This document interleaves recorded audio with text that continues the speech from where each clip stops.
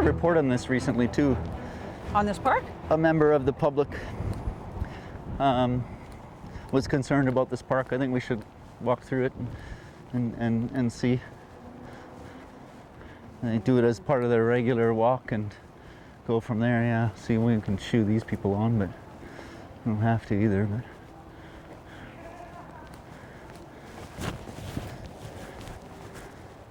hey, you guys okay? Yeah. Hi guys. Good, how are you? How was your day? Not too bad. Are you awake?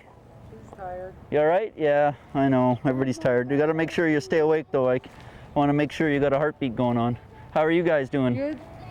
City parks are often home to the homeless. Homelessness, mental illness, and addictions are often hand in hand. At that time, I knew that addiction has always been a major part of the downtown.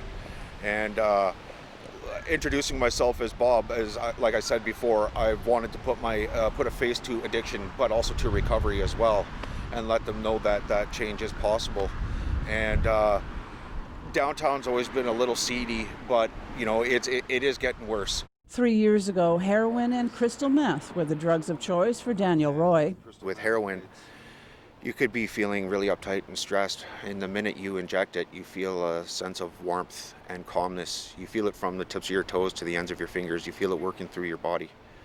And same thing with crystal meth, only it's adrenalized, it's a rush. And it's instant hot flashes when you do it with crystal meth. And the minute you start injecting your drugs, it's over.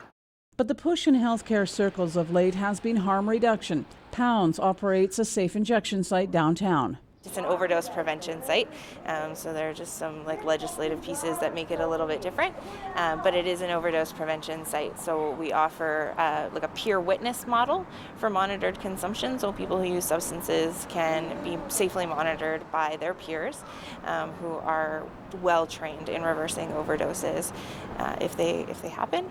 So we provide a safe space for that, where people can use substances discreetly, safely, in private, and prevent any fatal overdoses from happening. My opinion is the harm reduction is easy. There's a lot of metrics you can put towards that, and it does something to address the issue. But I think there's been an extensive focus on harm reduction, particularly over the last few years. And I would say that's been heightened during the COVID pandemic with the prescription of opioids. And I don't think in the long term that serves to eliminate the problem. It really just perpetuates it. So while you remove some risk from that behavior, there's no end game there. So no, still the missing pillar is definitely treatment. But all the treatment beds in the world didn't prevent record high overdose numbers in May and June. The BC Coroner Service says the pandemic has led to local governments facing two crises, COVID and opioid, one exacerbating the other. You add to that the social isolation that some people have experienced by, having their circles limited, the no visitor policy for some of the single room occupancy homes in the province, plus, the economic uncertainty that COVID has created for some people. There was a turning point in Roy's life of drug addiction, standing on the John Hart Bridge ready to jump when a police officer talked him down. He looked at me and he's just straight out said, "Daniel, how are you going to change the things in your life if you're dead? Today could be the first day of the rest of your life." And that was it. That compassion, I was ready. It was either end my life or continue doing what I was doing. He sought and got treatment in the Lower Mainland, and to this day he firmly believes treatment is the only option, not harm reduction. But advocates of harm reduction take a different view. Dead people can never recover.